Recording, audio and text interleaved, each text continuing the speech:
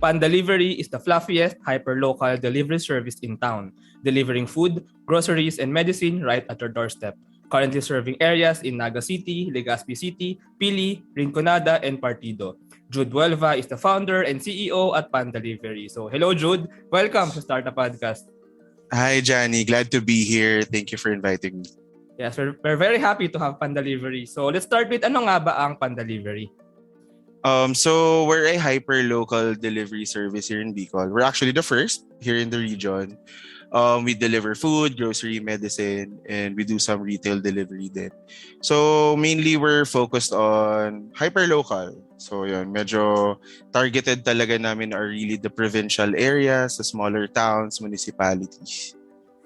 Yeah, so maybe let's dig deeper. Ano ba ibig sabihin itong hyperlocal na to? Pero since you said nga that you're parang delivering or bringing items to from people to people. So, ano ba muna yung parang mga items na pinaka na de-deliver or na tatransact dito sa Pandalivery?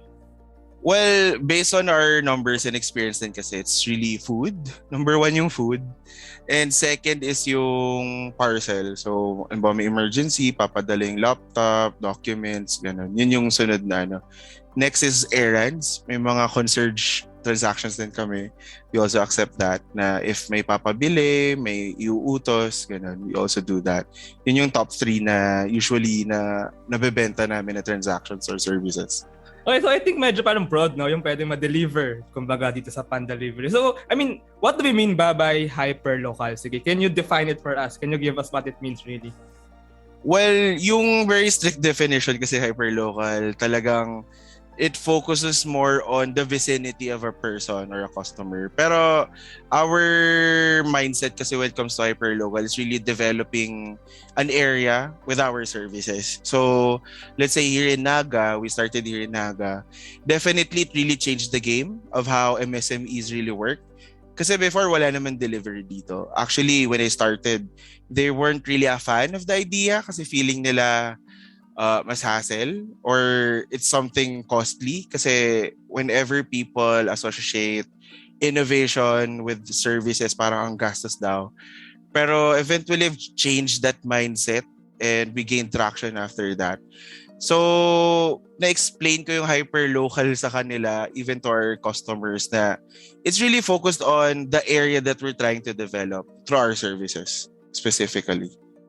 Yeah, so parang hyperlocal na, so connecting people in the community. So this community is composed of yun nga, the MSMEs and then the buyers and then there are also riders. Can you just share more of this parang ecosystem ng inyong hyperlocal community?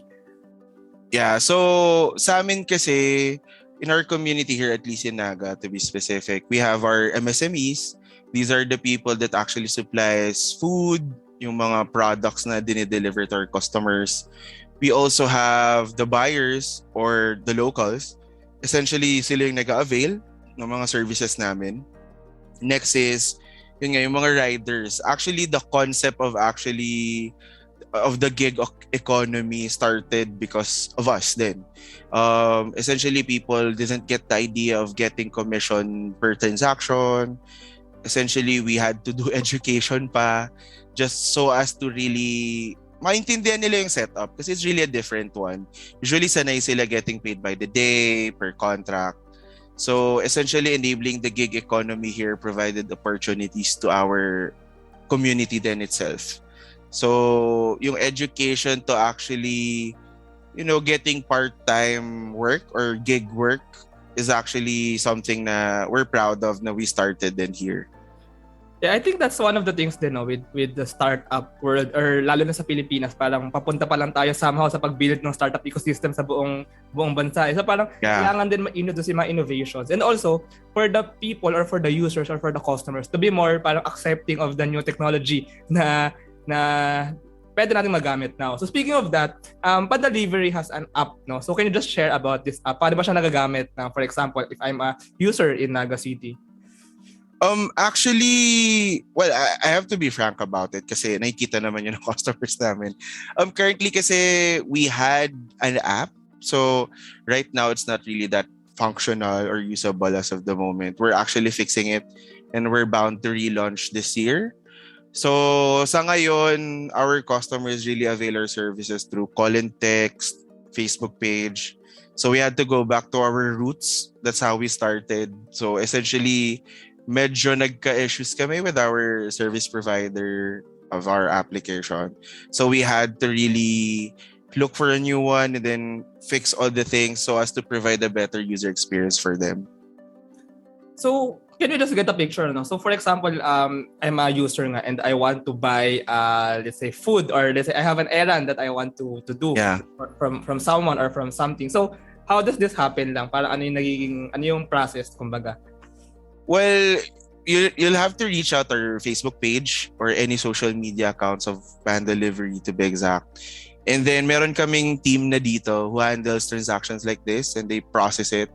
So we have exclusive partnerships then with merchants, or we call them partners, because essentially we work together hand in hand to really deliver our services. So we call our partners and then they do the transactions and then we just pick up and deliver. So essentially yung process, it's just the same, but with an app kasi it really gets streamlined. So sa amin medyo manual ulit, back to where we started talaga. But right now, hopefully we can launch already the app. Kasi nagiging problem namin is really service reliability ng application namin, or the requirements then that our customers requests.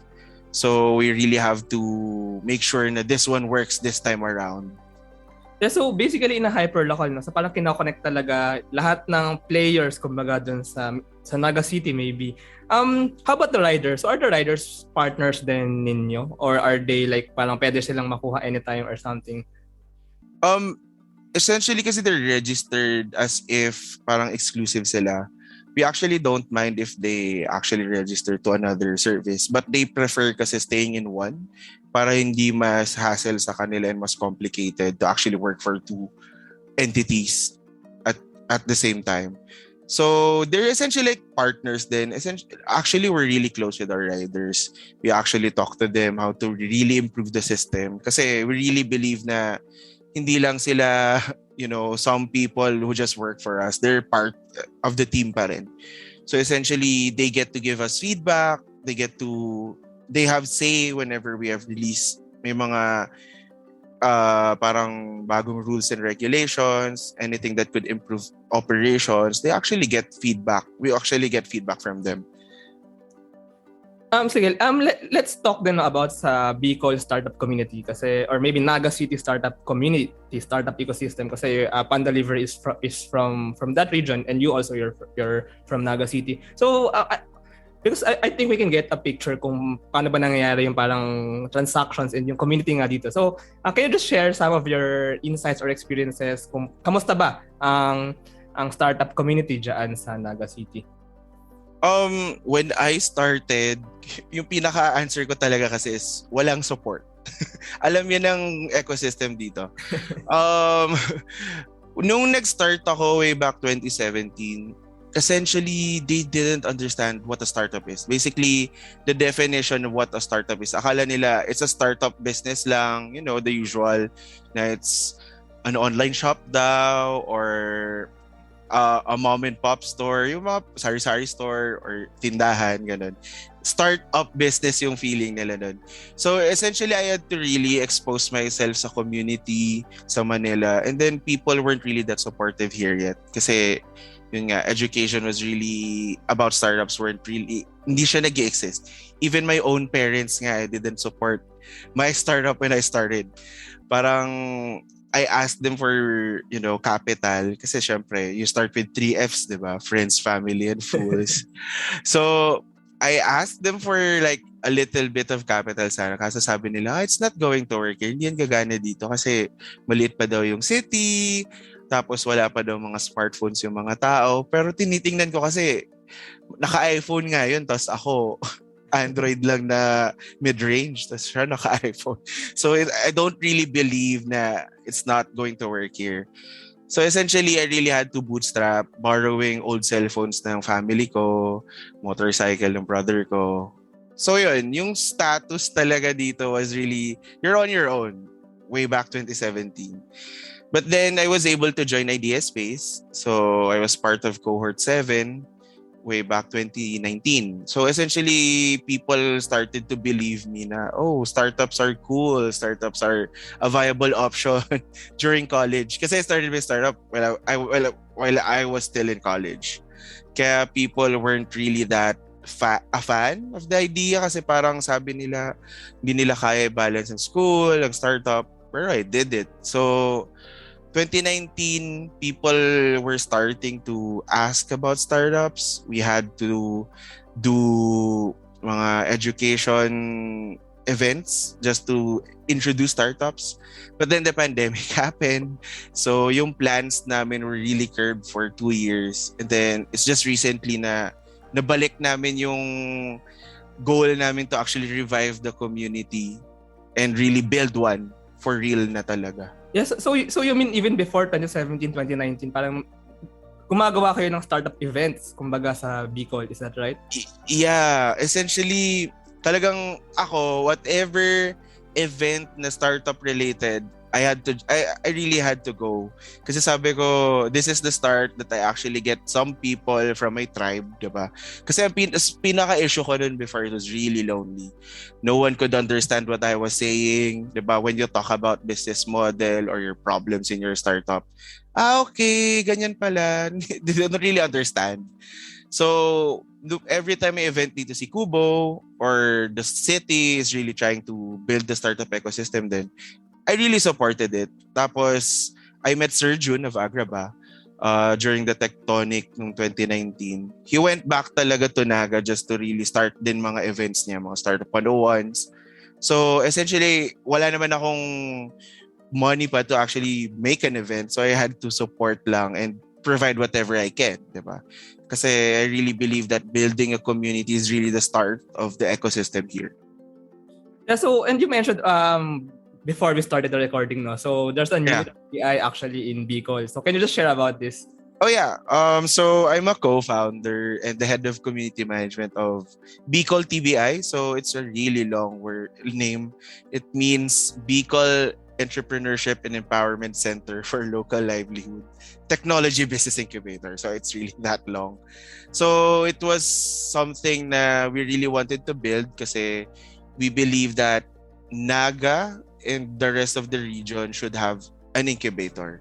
It should start with the localities. Kasi ako noon, I had to go to Manila for opportunities kasi it was pretty much non-existent. Wala ditong tutulong, wala ditong tuturo, walang magpa-fund. And then Sergio and I were really talking na we really want to build an incubator para mas ma-entice pa yung mga tao to build startups kasi there's a support system. So we built Bicol TBI. Luckily, we were part of the local chamber, Metro Naga Chamber of Commerce and Industry. The president, Sir Mario Villanueva, was really supportive. He even invested in our incubator. So we had space. Kasi siya owner siya ng isang school, isang college dito sa Naga. And he essentially provided space for the incubator. So we have a space now for an incubator. We already launched our incubator program. And then we have 5 startups. So we're planning to grow it even more by this year kasi matatapos na yung 6-month program nila. Yeah. I really like this conversation kasi it's not common in the podcast that we talk about the challenges, kumbaga. And now, naririnig ko yung challenge talaga ng isang startup from Naga City.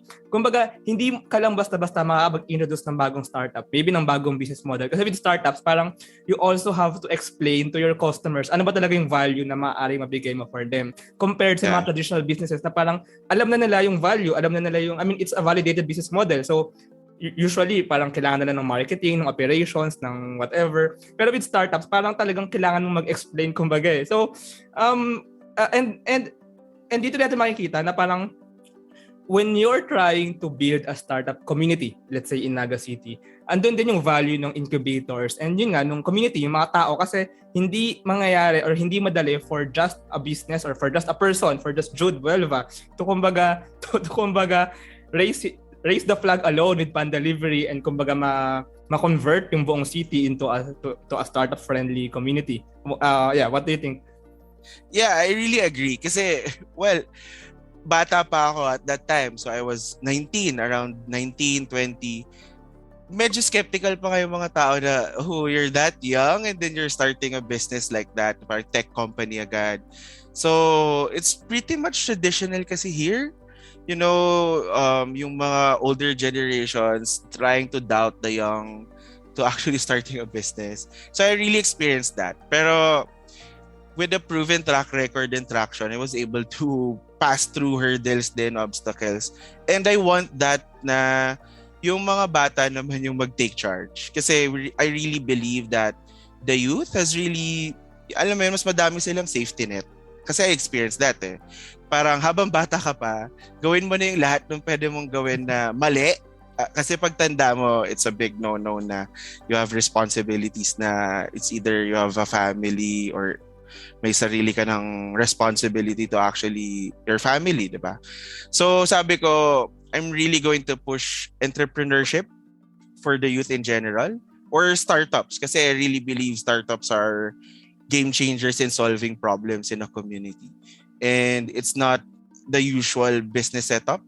So mas na-enjoy nila kasi it's really something you can do out of passion, diba? If you're passionate about the environment, you can always create a startup related to it or anything really. So yun. Yeah, I can't do it alone. Naniniwala talaga ako doon. Kasi iniisip ko din, wala naman akong millions to actually create an incubator. At least lahat ng speaking engagements ng mga orgs dito, mga entities dito, I really just say yes. Kasi sabi ko, kung nafe-feel kong lonely na talaga, kailangan ko talaga magtrabaho din to actually support the community. If it exists, di ba?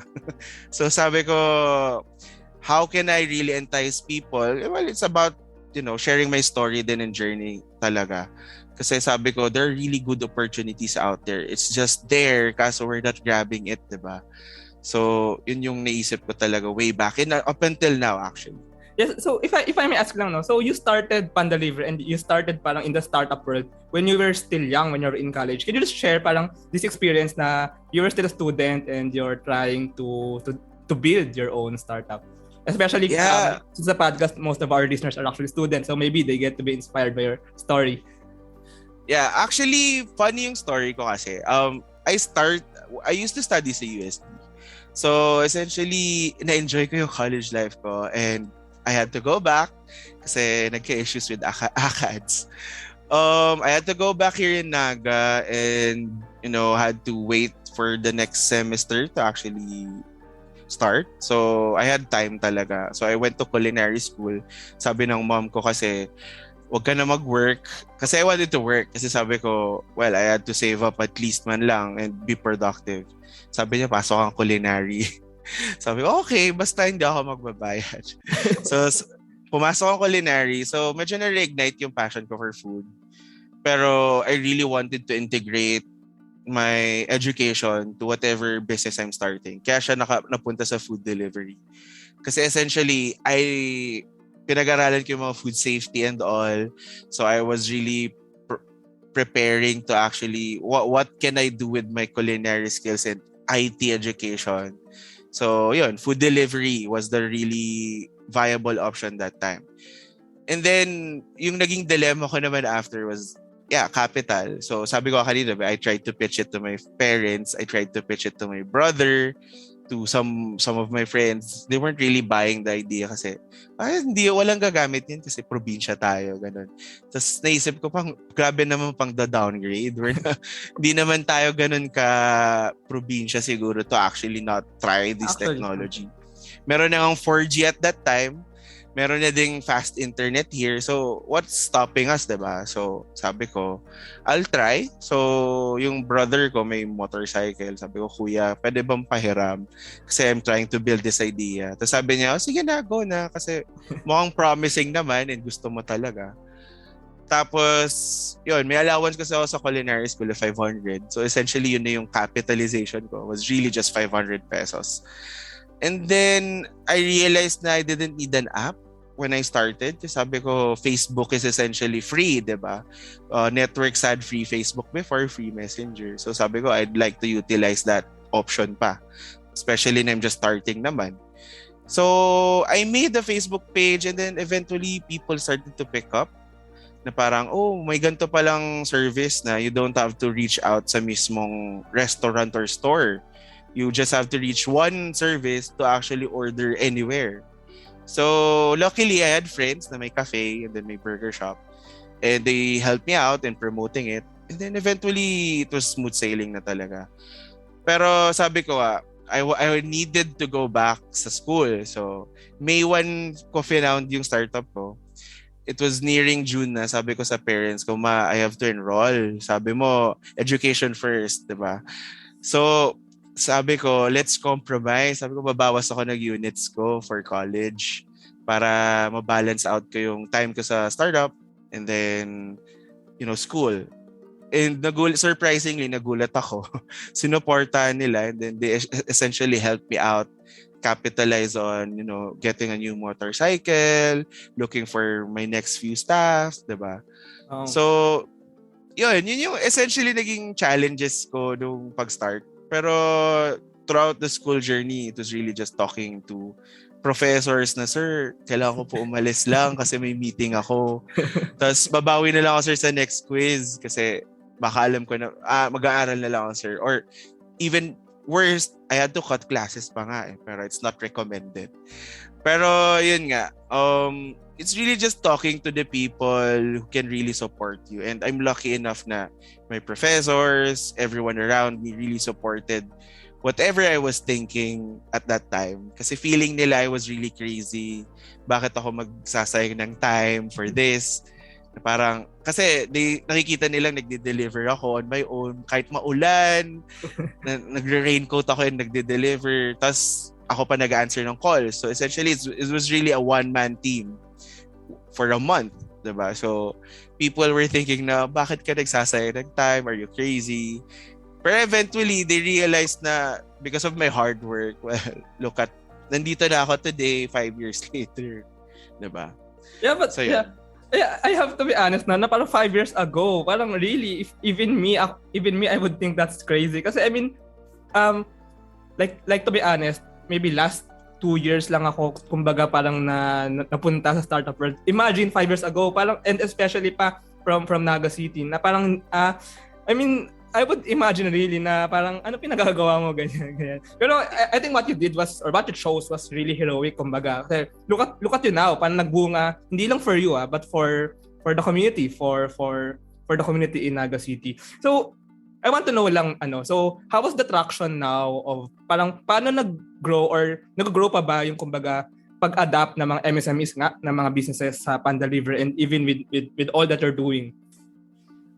Definitely naging part siya ng fabric ng MSME. So, it was actually great na in-adapt nila yung technology. Because I was really scared na parang they think na it's still really expensive for technology to be used for their businesses.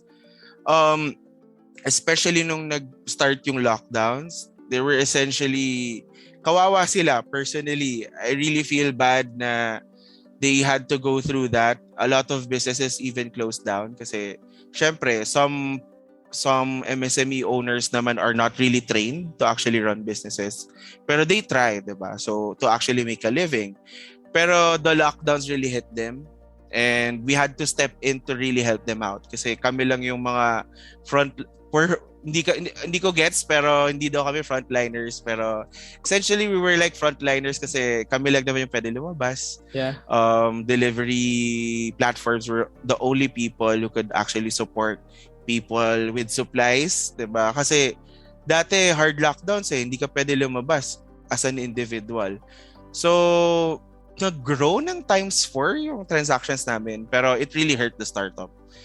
It wasn't something na I was really proud of na, from 100, nag-400 or 500 transactions kami. It really hurt the startup in the way na na-burn out kami.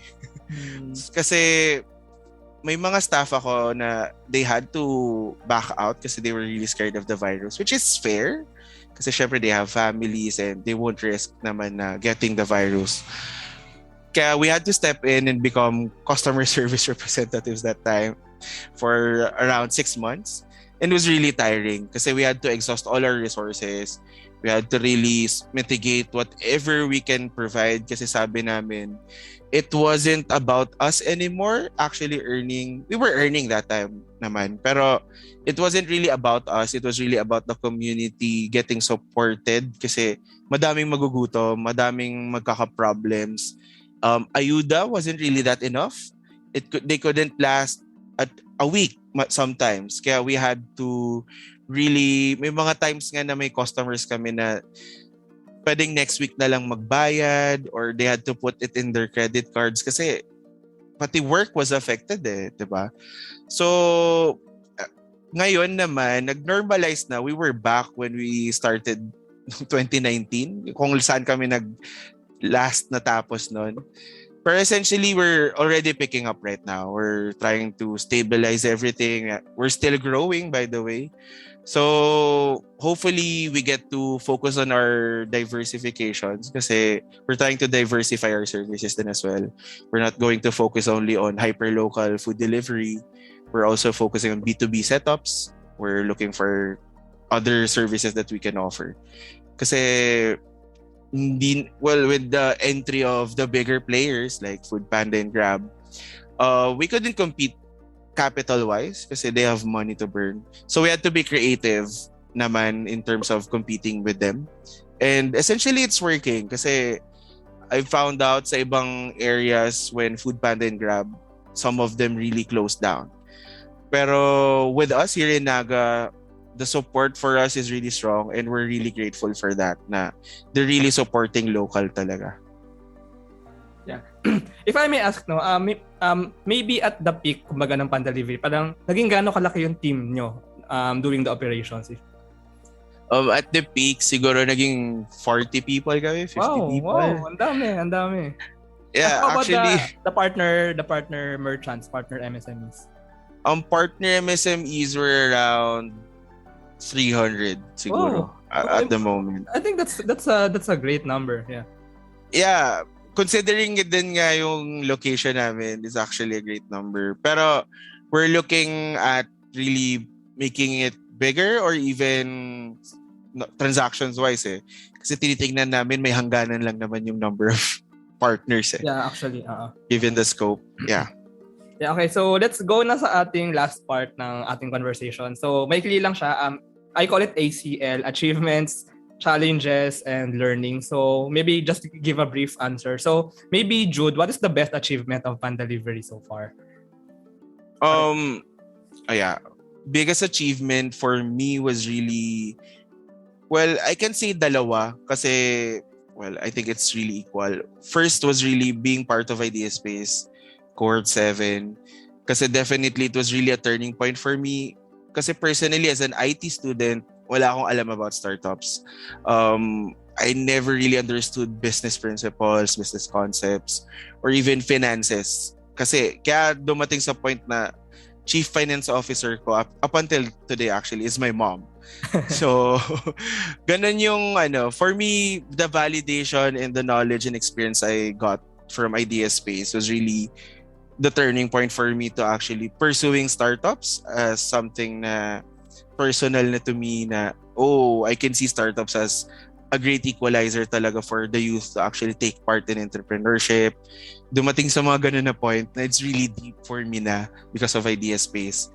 And also, achievement siguro was being able to scale at the point na wala naman kaming money na to scale actually or investment. So bootstrap, being a startup that is bootstrapping, it's really something na I call as an achievement talaga. Yeah. How about the challenge? Although parang napag-usapan na natin yung mga challenge. Siguro parang pinaka nag-strike talaga. Well, pinaka-challenge talaga is getting the right team to develop your platform. Kasi we already had a few teams already developing the platform. You had to change every year and a half. Siguro mga ganun yung nangyari.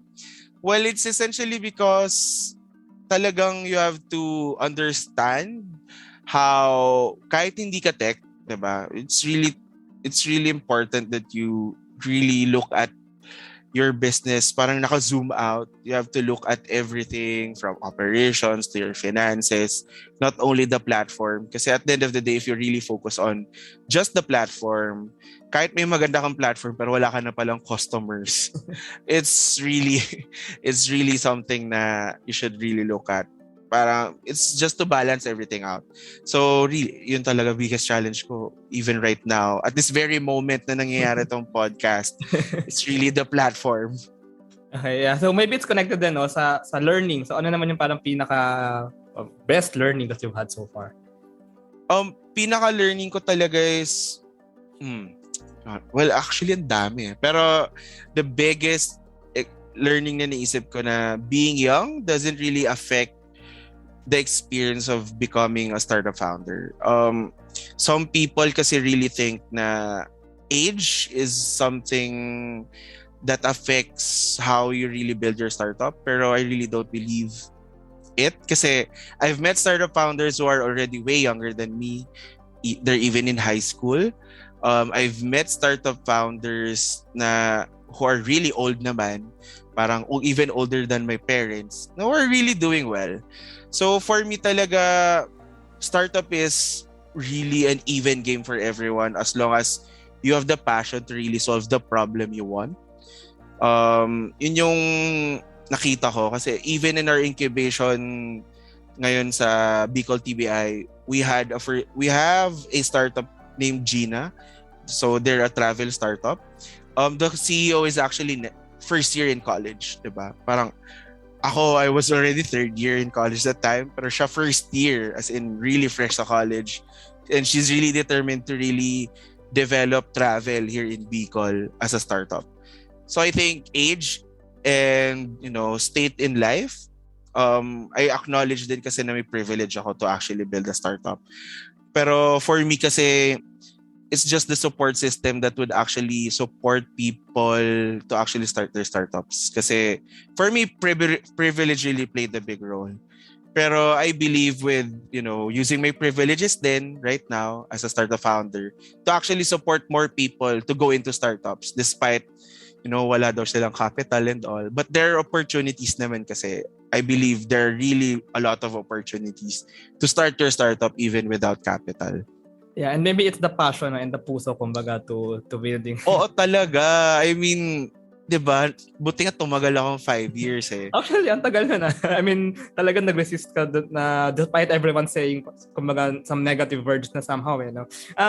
So let's just go na sa vision ng Pandalivery. I just want to see the vision of the company and also your vision. So, can you just share, ano ba nakikita mo in like 5 or 10 years into the future? For Pandalivery naman, we're looking at being a solutions provider in the field of logistics and MSMEs.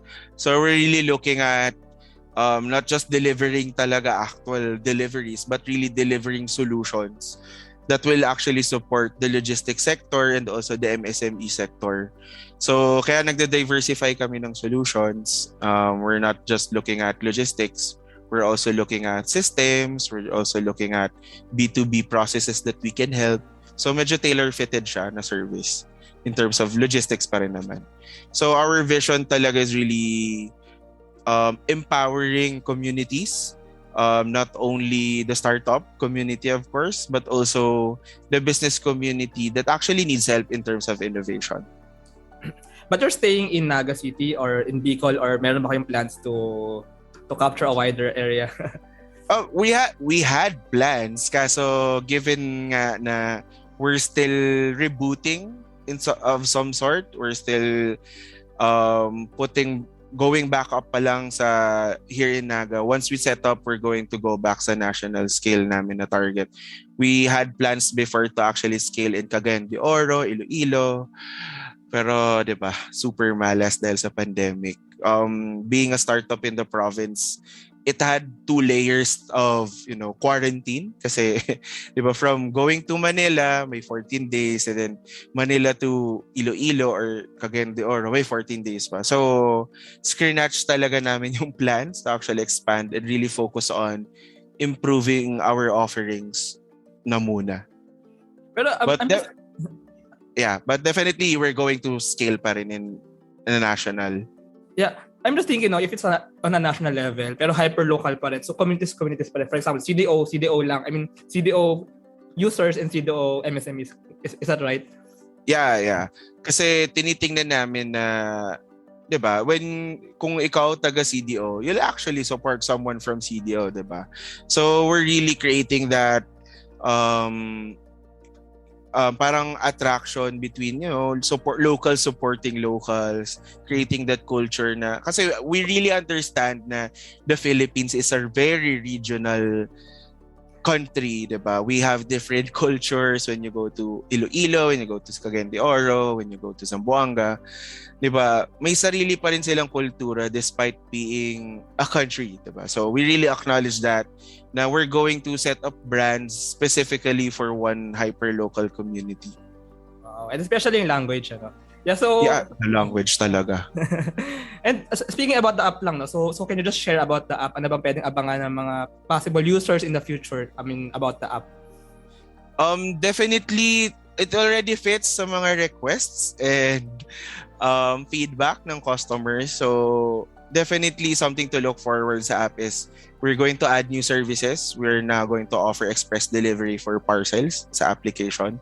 So it has been a long time demand na finally our devs are listening to us and they're going to actually develop it for us. So yun, sa pagbabalik ng app, it's going to be easier na din to order. It's going to be faster as compared to what we're doing right now, diba? So that's our promise. We're going back on track to where we are 3 years ago. And yun, essentially yun. Yeah, I'm really looking forward sa future ni Pandalivery. I really like the idea na may namang hyper-local communities sa bawat city maybe na parang natutulungan ng Pandalivery i-connect yung MSMEs ng mga customers or users na gusto mag-avail ng service. Even errands, even any transaction maybe. Yeah, so if our listeners want to know more about Pandalivery, Jude, so where can they get more information? Maybe they want to follow the Facebook page or maybe they want to transact. So can you share this information? You can reach out to Pandalivery by messaging our page. So it's facebook.com/pandaliveryph. You can email me. Maybe Johnny can give out my email. It's okay. We have local pages then for each of our area of operations from Naga, Legazpi, Pili, Partido, Rinconada. So we have our very specific pages for that. So para mas catered kayo specifically. So you can look them up on Facebook. It's actually on our main page, yung facebook.com/pandaliveryph. Alright. Maraming salamat, Jude. This is a really wonderful conversation. I really like na nakwento mo yung story, yung challenges, kumbaga, na pinagdaanan ni Pandalivery. And mo, really thriving na i-build and, kumbaga, i-rise up yung buong startup community dyan sa Naga City and sa buong Bicol region. So, thank you very much, Jude. Thank you so much, Johnny. Great to be here and to really share my story. And I hope may natutunan yung mga listeners natin. Yeah, maraming salamat. Thank you so much. Thank you very much to our 18 patrons. This episode is super powered by NutriCoach, the all-in-one productivity tool for dietitians and nutritionists. Looking for buy and sell online with Sigurado Sellers and Benjoy's Food Products, the home of premium bacon ends, tapa, and tocino. This episode is powered by ePlayment, Interleukin, and ROC.ph. Support us at www.patreon.com/startuppodcastph.